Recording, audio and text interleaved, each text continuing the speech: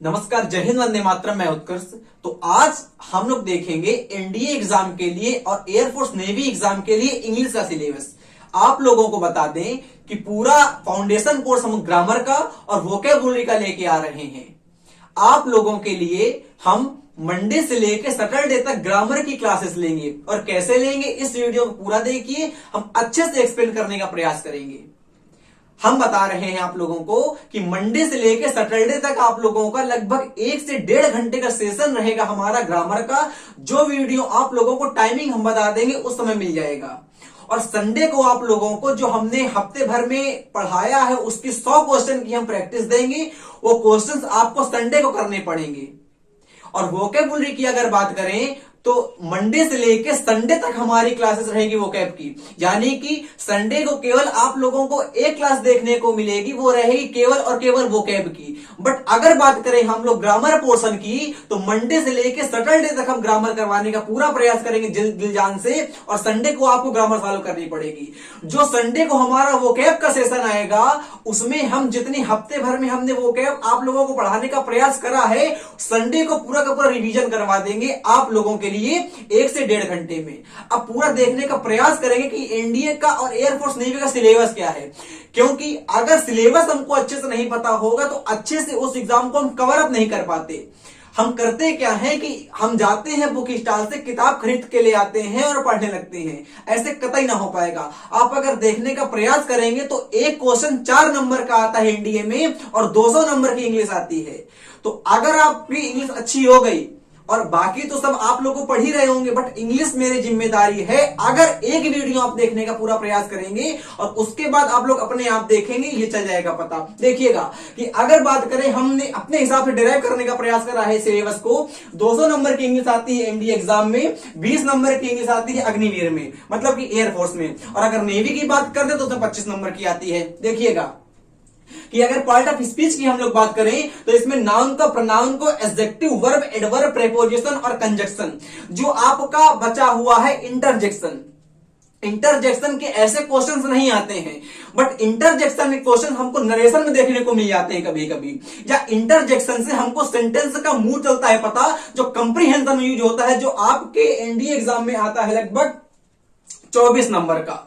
अगर बात करें आपको पूरा नॉलेज हो गया पार्ट्स ऑफ स्पीच का तो पूरी की पूरी ग्रामर आपकी मुट्ठी में हो जाए। केवल एक सेगमेंट बचेगा, वो है वोकैबुलरी का। पूरी मेहनत करवाने के हम प्रयास करते हैं आप लोगों के लिए वोकैब। देखिएगा कि इसके बाद कॉमन एरर की बात करते हैं, सेंटेंस इंप्रूवमेंट की बात करते हैं, फिल इन द ब्लैंक्स की बात करते हैं। ये आपको देखने को मिलेंगे। कुल मिला के बात केवल यही है कि रीढ़ की हड्डी ये लिखी है। अगर ये क्लियर हो गया तो बाकी पूरे सेगमेंट आपको क्लियर करने पड़ेंगे। इनमें केवल आपके कॉन्सेप्ट अच्छे होने चाहिए, बट वोकैब्स को आपको याद करना पड़ेगा, रट्टा मारना पड़ेगा, वो हम मरवाएंगे। देखिएगा अगर बात करें वोकैब की तो सिनोनियम्स, एंटोनियम्स और आपके वन वर्ड, इडियम्स और फ्रेजल वर्ब्स। होता क्या है कि हमको फ्रेजल वर्ब याद नहीं होती हैं, वो हम बताएंगे कैसे याद करते हैं। कतई एक भी नेमोनिक आपको नहीं बताएंगे और रूट वर्ड भी जो इंपॉर्टेंट है वो रूट वर्ड बताएंगे। ये नहीं कि फोबिया कर दिया हमने और मेनिया कर दिया, इससे नहीं आता है आजकल पेपर। देखिएगा अगर कंप्रीहेंशन की बात कर दें तो पैसेज बात कर दें और क्लोजेस्ट की बात कर दें, बट यहां कॉम्प्रीहेंशन पढ़ने से काम नहीं चलेगा। इससे यह एबिलिटी नहीं होती है कि आपकी राइटिंग स्किल, रीडिंग स्किल कितनी अच्छी है, कतई नहीं। अगर आपको फ्रेजेस का और क्लॉजेस का अच्छे से नॉलेज नहीं है तो आप लोग कॉम्प्रीहेंशन में केवल तुक्के लगा पाएंगे। इवन अगर आपको वोकैब याद है तो 1 से 2 क्वेश्चन आपको कॉम्प्रीहेंशन में देखने को मिल जाएंगे। ये हम बताने का प्रयास कर रहे हैं। आपका सेंटेंस अरेंजमेंट की बात करेंगे तो PQRS, फिर वहीं तुक्का फंसता है आके कि हमको ग्रामर का पोर्शन क्लियर नहीं होता है और PQRS हम लोग कैसे छाट पाएंगे। तो इसीलिए हम पूरा ग्रामर सिलेशन बताने का प्रयास करेंगे, पूरा का पूरा फाउंडेशन। देखिएगा अगर बात करें हम लोग अग्निवीर की यानी कि एयरफोर्स एग्जाम की, देखिएगा उसमें उन लोगों ने दिया है कि पैसेज देंगे उनके हिसाब से, बट इससे कतई हल्का लेवल रहेगा हमारा एयरफोर्स एग्जाम का। देखिएगा इसमें हमारा इन्फेरेंस का मतलब होता है 3-4 क्वेश्चन आएंगे पैसेज के, कभी कभी 3 क्वेश्चन भी देखने को मिल जाते हैं। तो आप लोग अपना माइंडसेट ये कतई नहीं रखिएगा कि 4 क्वेश्चन ही आते हैं, कभी कभी 3 क्वेश्चन भी देखने को मिल जाते हैं हमारे इंग्लिश एग्जाम में।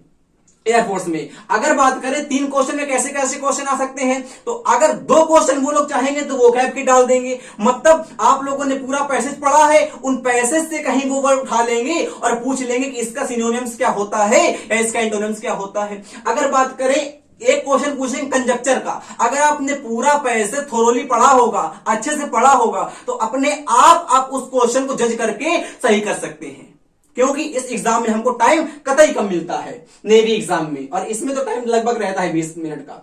अंडरस्टैंडिंग क्वेश्चन रहेगा। वही फिर बात आती है कि अगर आपने पैसेज अच्छे से पढ़ा है तो आप लोगों को पूरा पैसेज पढ़ने के अकॉर्डिंग से वो क्वेश्चन अच्छे से क्लियर हो जाएगा। हमारे द्वारा गलती क्या होती है हम लोगों के द्वारा कि पैसेज तो पूरा पढ़ लेते हैं, हम भूल जाते हैं कि ऊपर की लाइन में क्या था और नीचे की लाइन पढ़ने लगते हैं। बट यही दिक्कत होती है कि अच्छे से हमको ज्ञान नहीं होता है फ्रेजेस का और क्लॉजेस का। इवन ये कहें कि पूरे का पूरे पार्ट्स ऑफ स्पीच का हम केवल ये रखते हैं कि पार्ट्स ऑफ स्पीच होते क्या है, उनके रूल रखते हैं। भैया रूल कतई नहीं, अगर रूल रट भी लोगे तो हो सकता है उनसे कॉमन एरर सही हो जाए, बट कॉम्प्रिहेंशन नहीं सही हो पाएगा।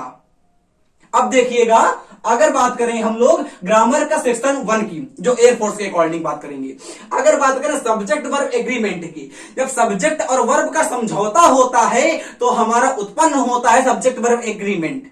एक कतई इंपॉर्टेंट चैप्टर होता है। अगर आपको ये अच्छे से आ गया तो इसके अकॉर्डिंग और टेंस के अकॉर्डिंग जितनी कॉमन एरर होती हैं वो अच्छे से क्लियर हो जाएंगी। हम क्या कह रहे हैं, अगर आपको पार्ट ऑफ स्पीच आ गए तो अच्छी बात है, अगर आपको कॉमन एरर में कमांड करनी है तो उसके लिए ब्रह्मास्त्र हमारा होता है सब्जेक्ट वर्ब एग्रीमेंट, क्योंकि यहां पे जितने रूल तगड़े से फंसते हैं आके वो ईच आइदर नाइदर फाइदर नहीं आता। देखिएगा, ये अगर वर्ब की बात करें तो 2 रूपों में हमारी वर्ब होती है, एक होती है बेसिक लेवल की, एक एडवांस लेवल की। बेसिक लेवल के क्वेश्चन अब नहीं आते हैं, बट उनको समझना हमको कतई नीड होगा। क्यों? अगर बेसिक लेवल के हम वर्ब नहीं आ पाएगा तो हम सब्जेक्ट वर्ब एग्रीमेंट को अच्छे से क्लियर नहीं कर पाएंगे।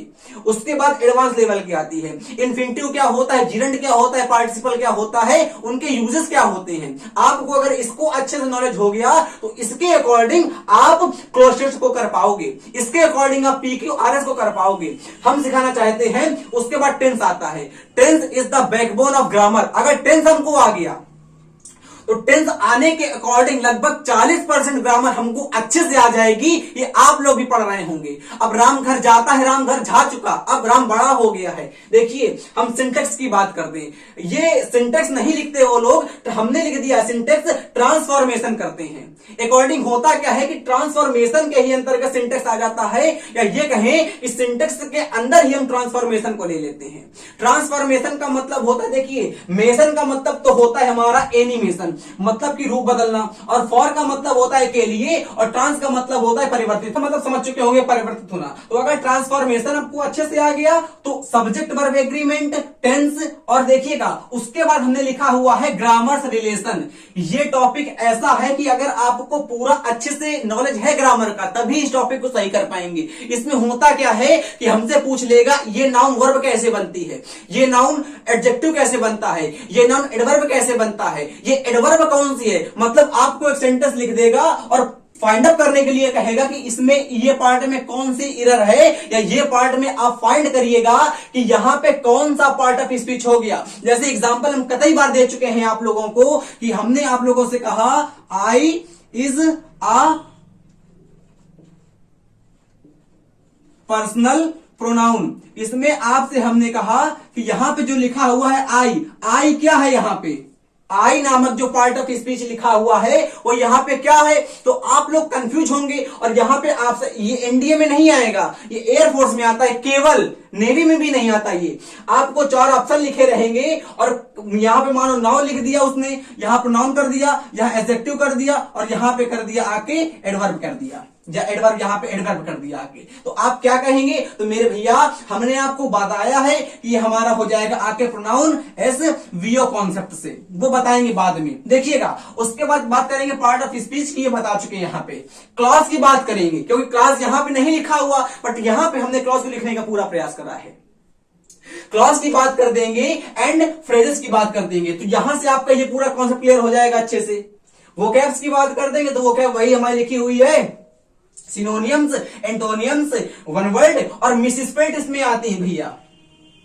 जैसे हमने आपसे पूछ लिया ग्रामर की स्पेलिंग क्या होती है, और ग्रामर की स्पेलिंग वो यहाँ पे ई कर देगा, और आई हुई है ग्रामर की स्पेलिंग एयरफोर्स एग्जाम में ग्रामर की स्पेलिंग पूछ देगा, यहाँ पे ए होता है। ये ज्यादा कठिन नहीं होता, आप अगर प्रैक्टिस करेंगे तो आ जाएगा। जब हम सीट देंगे अपनी आप लोगों को संडे को, तो उसमें सब हमारे क्वेश्चन इंक्लूड रहेंगे। अगर बात करें नरेशन की और वॉइस की, ये हम देख चुके हैं आप लोगों के लिए। अब देखिएगा, हम आपको बताएं कि एयरफोर्स में 20 नंबर की इंग्लिश आती है, सबको पता है। नेवी में 25 नंबर की आती है।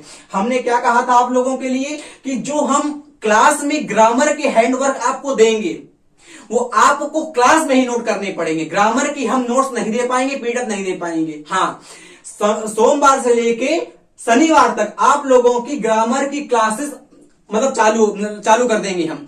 मंडे से लेके सैटरडे तक आप लोगों की ग्रामर की लगभग 1 घंटा क्लास रहेगी, और उसमें जो हम यहाँ पे नोट्स इंक्लूड करेंगे अपने बोर्ड में, समझाने का प्रयास करेंगे, उसको आप लोग अपनी कॉपी में बाकायदे नोट करिएगा।